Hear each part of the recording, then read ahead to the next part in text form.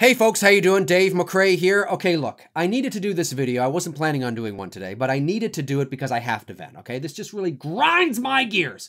So bear with me.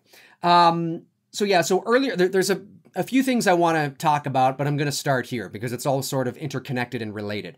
Earlier today, I read an article online about how they're still planning on doing a Die Hard 6. Okay, fine. I don't believe it's been greenlit yet. I think they might. Well, I don't think they've moved into production on it yet. I still think they're in early development. Comment below and let me know if I'm wrong on that. But I think that's the general consensus that I got from the article. But the gist of the idea is that it's going to be a slash between a prequel and a sequel. And, you know, Bruce Willis is going to be returning playing his older John McClane self, right? And they're going to cast a younger actor to play a younger John McClane fighting crime in the 70s. And I'm reading this article and I'm thinking to myself, why? Here are my thoughts. Look, folks, when Die Hard came out in 1988, Bruce Willis was 33 years old. Okay, and you could make the argument that when they shot the movie, which may have been the year prior, he may even have been 32 years old. What does a younger John McClane look like? Haven't we already seen a young John McClane? Like, what are they talking about? We're going to see him at, what, 9? 12? 15? Because if you're saying, well, no, we're going to see him like a young cop on the force at like 23 years old. Look, 23 to 33, there's a big difference in terms of life experience, in terms of maturity. Sure, okay, fine. But in the big picture, that's pretty marginal, okay? You don't look a hell of a lot different in that 10-year span. You might look a little more mature because now you're a man as opposed to just a sort of an older teenager, if you know what I mean. You're not really a teenager, at 23, but I think you know the point I'm trying to make, right?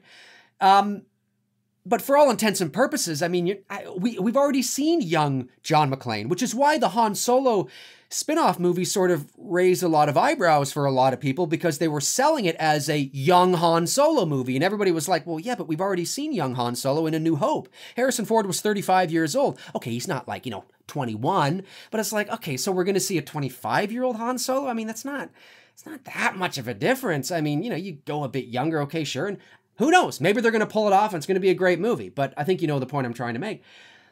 But the other point that sort of confused me was, why are we seeing him fighting crime in the 70s? Okay, look, the original Die Hard that came out in 1988, okay? The whole point of John McClane's character was that he was this wisecracking, smart-ass cop. He was a good cop. Sure, fine. But he had never been in this kind of a situation before. He was the wrong guy in the wrong place at the wrong time. And he was just in way over his head. Now, because he was a good cop and he was smart, right? And he had a spatial brain and he could, sort of compartmentalize what he was going to do, when and where. He was able to get through it, okay? Not without getting his ass kicked a few times and getting hurt, which was the attraction to the movie.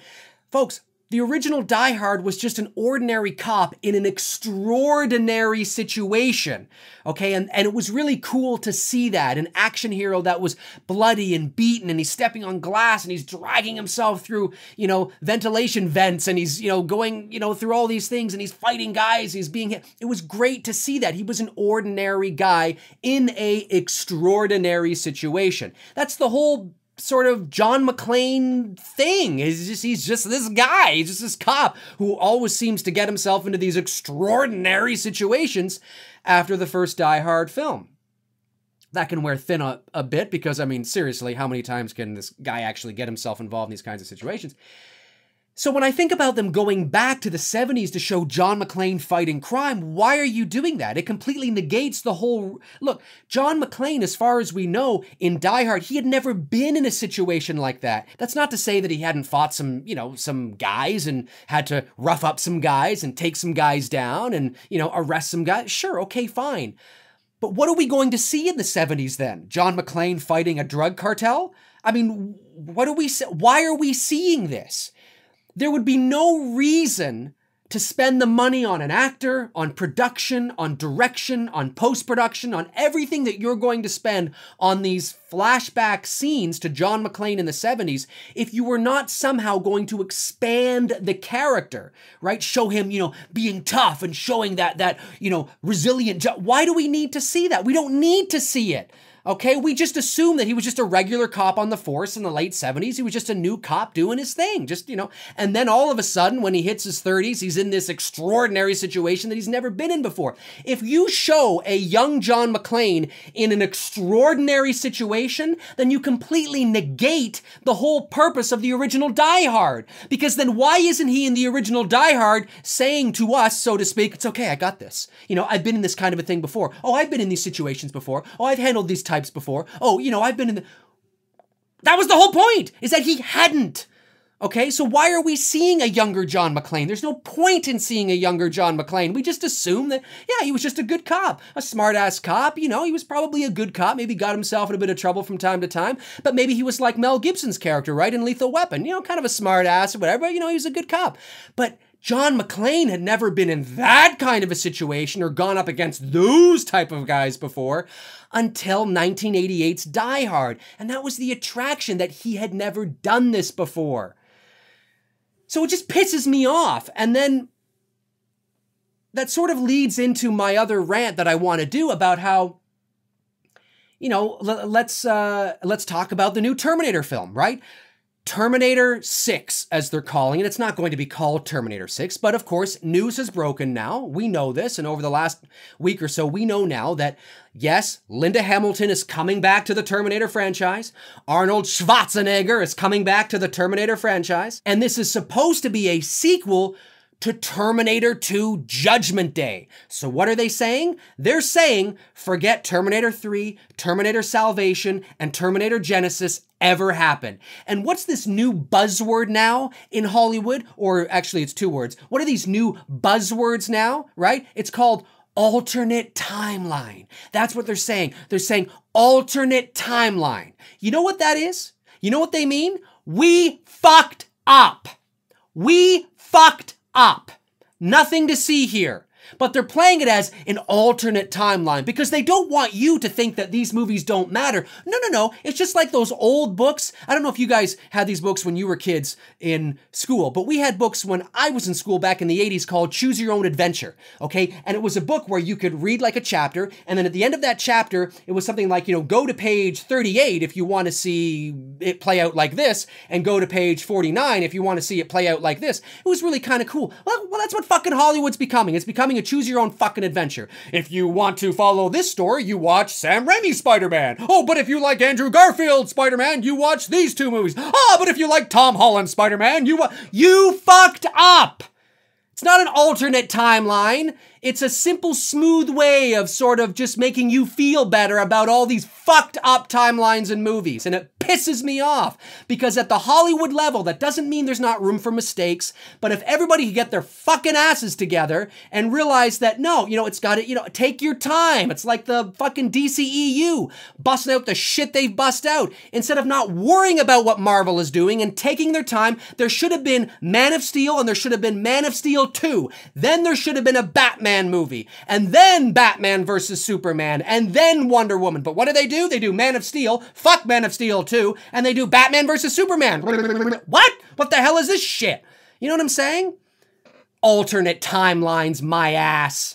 So when Halloween comes out next year, if it is indeed a sequel to Halloween 1, which, hey, I still think the probability is, it's up there that it could be 2, right? But if it is indeed going to be a sequel to Halloween 1, well, what happens to 2? What happens to 4 and 5? That's an alternate timeline. Just, it makes you feel better, right? Because if they admit that it was a mistake, you're, likely to say, hey, I want my fucking money back. If you're telling me that these things don't matter anymore and they're not no, they're still canon. Don't worry, sweetheart. They're still canon. They're just alternate timelines. If you want to, that's fine. You go, they fucked up. They fucked up. And that is their way of sort of, smoothing it over and calling it alternate timelines. Some of those alternate timelines don't even have concrete endings. They just go, the Halloween franchise. It's It's too many chefs in the kitchen. That's what it is, ladies and gentlemen. And I'm telling you right now, it pisses me off.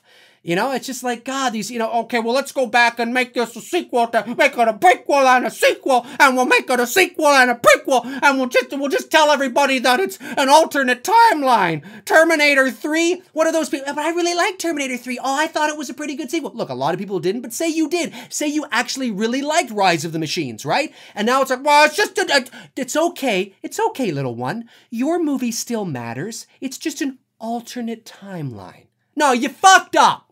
That's what you did. You fucked up.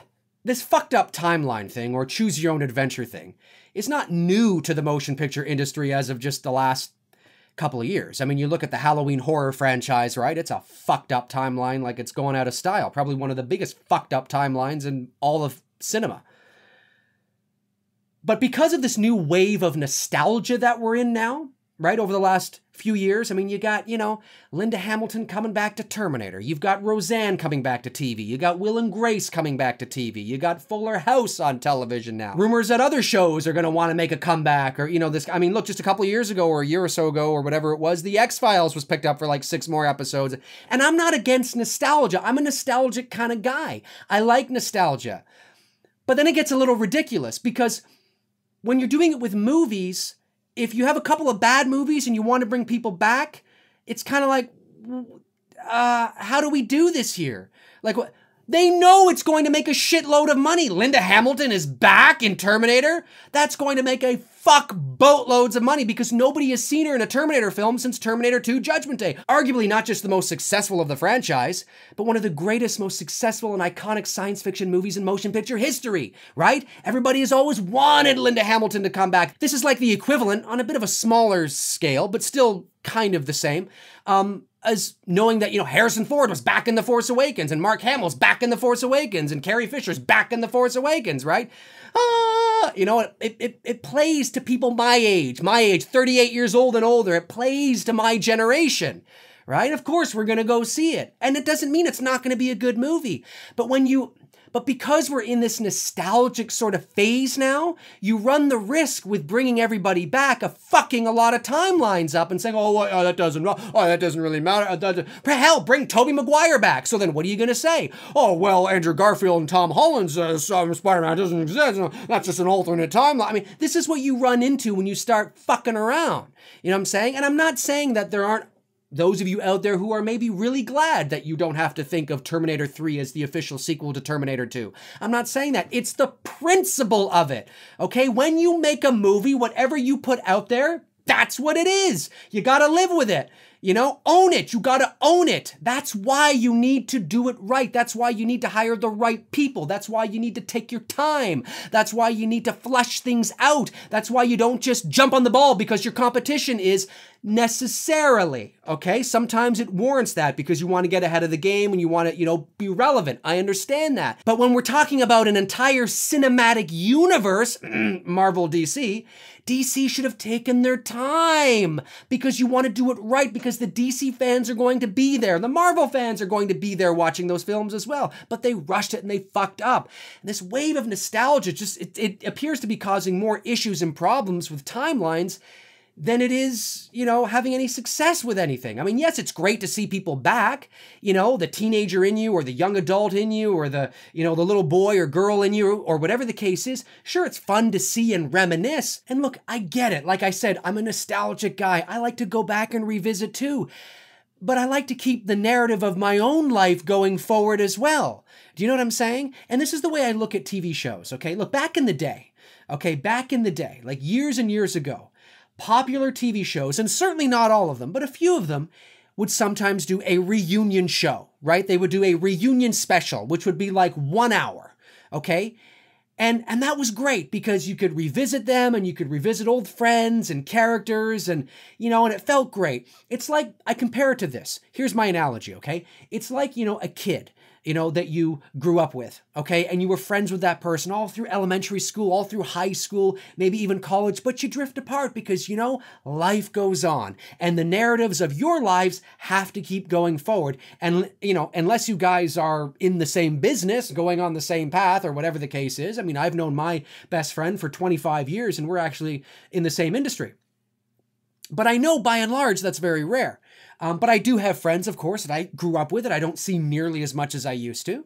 And the way I look at it is, it's the kind of thing where it's like, TV shows and specials used to be like that. You know, it's like a friend you haven't seen in like 20 years. You get together with them for coffee, you know, or for dinner or for a drink, and you reminisce and you share about good times and you have fun. And when you leave after a couple of hours, you feel fulfilled and complete. That in and of itself was enough because it's relevant to the dynamic of your relationship now. Do you know what I'm saying? You've moved on. They've moved on. Things are different. It's a different time. It's a different era. You're different. They're different. You're older. They're older. It's a whole thing, right? Well, it's like that with TV shows, okay? Back in the day, TV shows would come back and it was like you'd have coffee with your TV show. Do you know what I mean? You'd have lunch with them or dinner with them and you'd spend an hour with them and then maybe you'd rewatch it again, you know? So you'd spend, a couple of hours with them and then you'd leave it alone and it was fun and it was great.